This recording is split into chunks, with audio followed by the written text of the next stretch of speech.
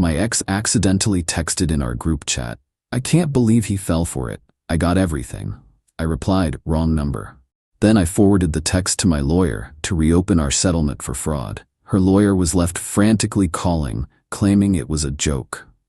I'm 34 male, just an average guy. I work in logistics. I like to grill on the weekends. And up until about 3 months ago, I thought I was going to spend the rest of my life with Danielle, 31. We were together for 6 years, engaged for the last 2. The wedding was planned, deposits were paid, the whole 9 yards. Then, out of the blue, she called it off. She gave me the whole, "it's not you, it's me" speech, said she felt lost, that she needed to find herself, and that she couldn't be the wife I deserved right now. I was gutted, absolutely blindsided. But I loved her, and if she was this unhappy, I wasn't going to force her to stay. I just wanted her to be okay. The breakup was surprisingly amicable, or so I thought. We had bought a house together a couple of years back.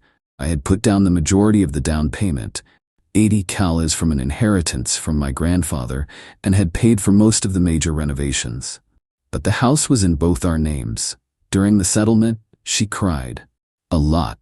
She talked about how this house was the only stable thing in her life, how she had no family to fall back on. Her parents are well off, but that's a story for another time, and how starting over would cripple her financially. My lawyer, a no-nonsense guy named Vincent, told me I was entitled to at least my initial investment back, plus appreciation. But looking at Danielle, sobbing across the table, I just caved. I felt guilty. I kept thinking, what if I pushed her to this point? So I agreed to a settlement that was, to put it mildly, incredibly generous to her. She got the house, and I walked away with my car, my personal savings, and a fraction of my initial investment back, about $20. I figured I could rebuild. It was just money. I just wanted her to be happy, and for us to part on decent terms. I was a schmuck. A world-class, grade-A schmuck. We still had a group chat with a few of our mutual friends, mostly for coordinating stuff about the dog we used to share, a golden retriever named Buddy.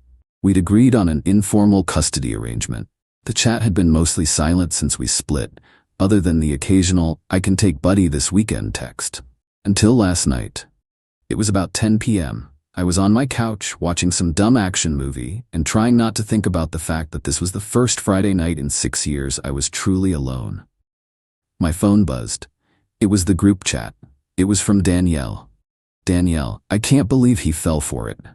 I got everything. The waterworks were the perfect touch. He's such a bleeding heart. Me and Gabrielle are celebrating tonight. Time to pop the expensive stuff he left behind. My heart stopped. I read it again, and again. It didn't feel real. It was like the air had been sucked out of the room. Every memory of that settlement negotiation flashed in my mind, but this time it was different. Her tears weren't tears of sadness. They were a performance. The shaky voice wasn't due to heartbreak. It was a calculated act. Gabriella is her best friend, who was also in the group chat. For a solid 10 minutes, I just sat there, phone in my hand, feeling my blood run cold and then hot. The hurt was immense, a physical ache in my chest. But underneath it, something else was starting to simmer. A cold, quiet rage. I didn't blow up the group chat. I didn't text her privately, screaming. I just typed out 2 words. Me, wrong number. The immediate backpedaling was a sight to behold. Danielle has deleted a message. Danielle has deleted a message. OMG, Danielle, wrong chat. OMG, I'm so sorry, that was a joke. It was for a TV show script Gabriella and I are writing, a dark comedy. So sorry, that must have looked awful, lol. A TV show script, right? The group chat went silent, but my personal phone started blowing up, a string of texts from Danielle. Logan, please answer. It was a joke, you know my sense of humor. You're taking this way too seriously. Please don't be mad, it was a stupid, stupid joke. I didn't respond. I just took a screenshot of the original text. Then I took screenshots of her panicked follow-ups and Gabriella's immediate reaction. I forwarded everything to my personal email. Then I opened a new email. To vincent.k@lawfirm.com. Subject, fraudulent settlement, Logan Miller. Hi Vincent, hope you're having a good evening. Sorry to bother you so late. I think we have grounds to reopen the settlement with Danielle. See attached screenshot. Best? Logan, I attached the image of her original text. I hit send. The feeling of relief was immediate.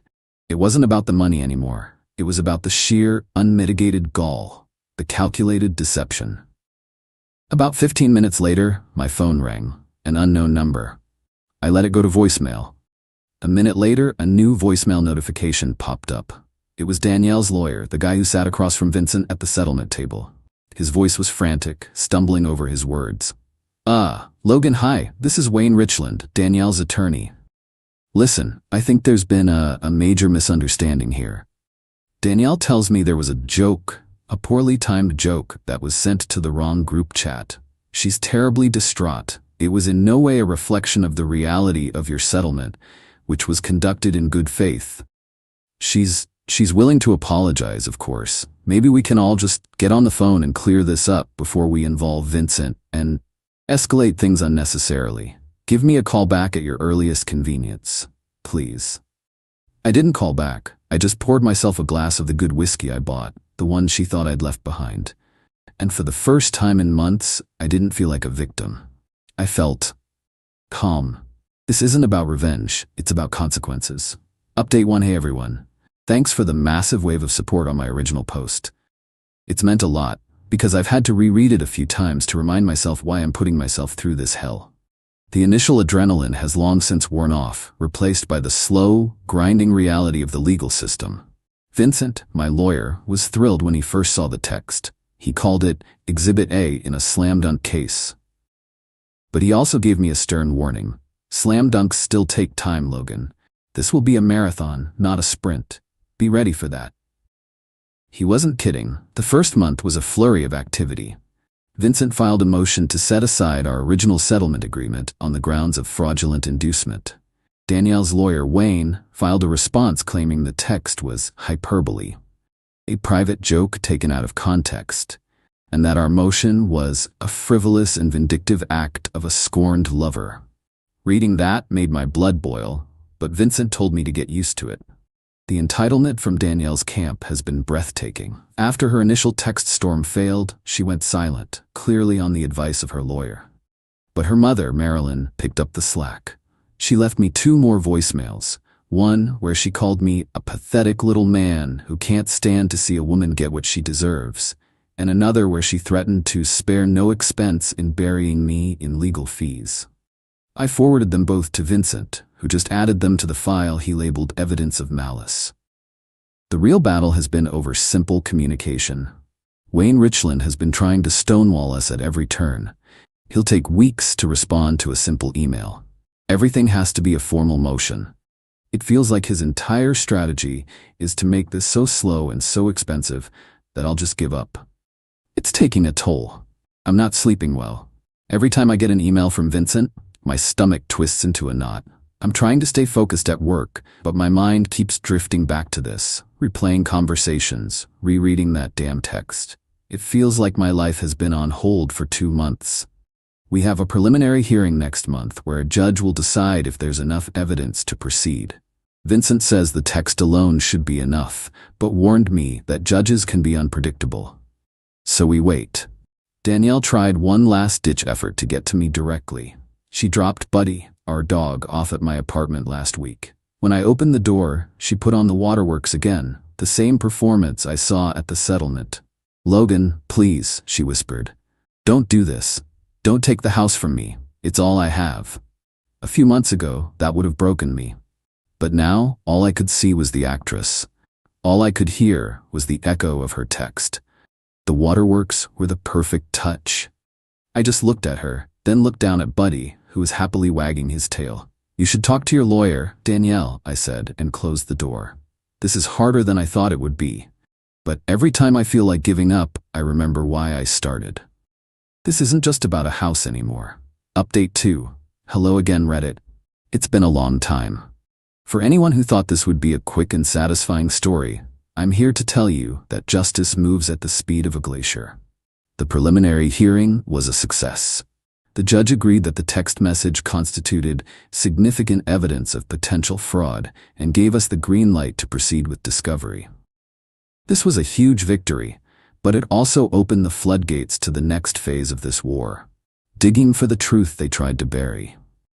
Vincent immediately subpoenaed phone records and financial statements for both Danielle and Gabriella. As expected, their lawyer fought it viciously, claiming it was a massive invasion of privacy. It took another 2 months and another hearing for the judge to compel them to comply. The stonewalling was infuriating. It felt less like a legal dispute and more like a test of endurance. There were weeks where nothing happened, and the silence was almost worse than the fighting. The legal bills kept piling up, and I had a few dark nights where I seriously considered if draining my savings was worth it. When we finally got the phone records, the text history between Danielle and Gabriella around the time of the breakup was suspiciously clean. There were huge gaps. It was obvious they had deleted their conversations. Wayne Richland claimed they were irrelevant personal chats that were deleted long ago to free up phone storage. A laughable lie. This is where Vincent earned his fee. He said, "They're not just going to hand us the murder weapon, Logan. We have to go find where they buried it." He convinced me to file another motion, a time to have a neutral, court-appointed digital forensics expert recover data from their cloud backups. It was expensive. I had to dip into my 401k to cover the cost, a move that felt like a physical blow. It took 3 more months. 3 months of waiting, of my life being in limbo, all while Danielle took to social media to play the victim. She posted sad, vague statuses about being hounded by a vengeful ex and fighting for her home. She posted old photos of us looking happy with captions like, "Remembering when life was simple and people were kind." It was a masterclass in manipulation, and it worked on some people. A couple of old friends like Juan reached out to tell me I should just let it go and move on. I cut them out of my life. Then, last week, the forensics report came in, and it was a goddamn novel of their deceit. The expert recovered a trove of deleted iMessages, not one perfect smoking gun, but something far more damning, a pattern. A meticulous, calculated plan stretching back months before our breakup. February, 4 months pre-breakup. Gabriella to Danielle, "If you're really this unhappy, you need an exit strategy. You can't just walk away from the house equity." March, Danielle to Gabriella, "I'm going to start laying the groundwork. More talk about feeling lost and confused. He's a fixer. He'll try to fix me instead of seeing what's coming." April, Gabriella to Danielle, "When you do it, you have to be the victim. Total emotional breakdown. He can't handle you crying. Use it." May, a week before the breakup. Danielle to Gabriella, "He just paid for that big landscaping project. The timing is perfect. The value just went up. I'm thinking next week. I'm practicing my 'it's not you, it's me' speech. So hard not to smirk." Reading it felt like I was being stabbed over and over again. The casual cruelty, the long-term planning. It was sociopathic. The woman I loved and worried about never really existed. She was a character they had created to defraud me. I didn't feel triumphant, I just felt empty. And very, very cold. Vincent said, "The depositions are next. This is the beginning of the end for them." I hope he's right. I don't know how much more of this I can take. Update 3. It's been almost a year since that text message blew up my life. The depositions were scheduled for last month. I was a wreck leading up to it. This was the first time I'd be in the same room as her, since that day she dropped off the dog. Vincent prepped me thoroughly. He said, "They're gonna lie. They're going to stick to the 'it was a joke' story. We let them. We give them enough rope to hang themselves before we show them the noose." Danielle went first. She walked into the conference room looking polished and confident, but her eyes were brittle. She started off strong, sticking to her story under Vincent's gentle questioning. The group chat text was a dark joke. The settlement was fair and amicable. She felt terrible financial and emotional distress during the breakup. She was a convincing liar. I'll give her that. Then Vincent slid a binder across the table. "I'd like to direct your attention to a series of recovered text messages from last spring." He didn't start with the most damning ones. He started small. A text about her parents paying off her credit card bill 2 months before she claimed she had no family support. A text from Gabriella talking about the new designer bag Danielle bought the week after our amicable settlement. Each one was a small poke. Danielle's composure started to crack. "I don't recall," became her mantra. "This is out of context." Then Vincent turned to a new page. "Could you please read the message you sent to Ms. Ross on May 12th, he asked, his voice still calm. She read it silently, her face turning ashen. It was the practicing my speech, so hard not to smirk text. "I'll read it for the record," Vincent said. "I'm practicing my it's not you it's me speech, so hard not to smirk." "Miss Evans, what did you mean by that?" Silence. She just stared at the paper. Her lawyer, Wayne, put his hand on her arm and said, "We're taking a break." Gabriella's deposition was even more of a train wreck. She tried to be defiant, but when Vincent presented her with the texts where she was actively coaching Danielle, "You have to be the victim, use it," she completely fell apart. She started crying and tried to blame everything on Danielle, saying she was just trying to be a good friend, and Danielle was obsessed with getting the house. It was pathetic, but it was also the final nail in their coffin. By turning on each other, they confirmed the conspiracy. Wayne Richland called Vincent the next day. All the bluster was gone. He said, "Let's schedule a mediation. My client wants to resolve this." Vincent's reply was simple, "Good, we'll be there." Seeing her lie so brazenly, and then seeing her crumble when faced with the undeniable truth, it wasn't satisfying. It was just ugly. It confirmed that everything I had been fighting for and grieving over for the past year was real. The betrayal was as deep as I had imagined, and now finally, it was time to settle the score. Final update. It's over. It's finally, truly over. The final chapter of this nightmare wasn't a dramatic courtroom showdown. It was an 8-hour mediation session in a soulless office building that smelled like stale coffee. Danielle was there with her lawyer. She wouldn't look at me. She looked thin, tired, and angry. The confident actress was gone, replaced by someone who knew she had lost. Vincent laid out our opening demand: immediate sale of the house, full repayment of my $80,000 investment, 75% of the remaining equity, all of my legal and forensic expert fees paid, and a significant 6-figure sum in punitive damages for the intentional fraud. Wayne, her lawyer, audibly scoffed, but there was no real fire in it. Their counteroffer was a joke, and the next several hours were a painful, slow negotiation, with a mediator shuffling between our two rooms. Every time my resolve wavered, Vincent would point to the binder of evidence on the table. "They planned this, Logan. They mocked you. Don't forget that."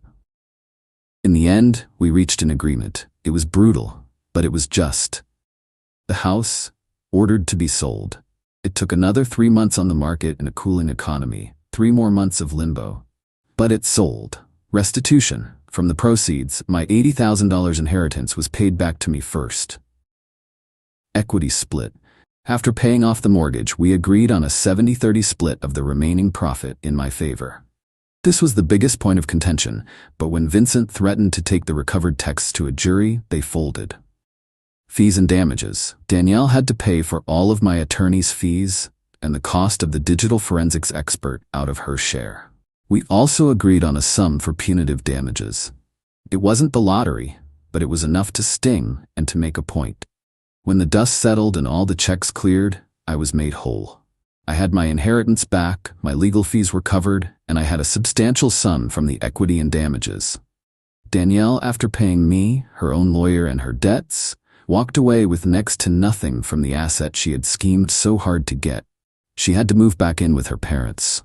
Her friendship with Gabriella is obliterated. I heard they're threatening to sue each other now. There was no joy in this victory. Just exhaustion. I won. But it cost me 14 months of my life. It cost me thousands of dollars out of pocket before I was reimbursed. It cost me my belief in the person I once loved and my ability to trust people easily. I bought a small condo in a different part of the city. It's mine. Just mine. Buddy is asleep at my feet, his snores filling the quiet space. For months, the silence felt like loneliness. Now it's starting to feel like peace. This whole ordeal changed me. The bleeding heart she mocked is gone, replaced by scar tissue. I don't know if that's a good thing, but it's what's real. She sent that text to brag that she got everything. But in the end, her everything turned out to be nothing. And me? I lost a fiancé and a year of my life, but I got my self-respect back. I got my future back. And after everything, I'm starting to think that's worth more than the house ever was.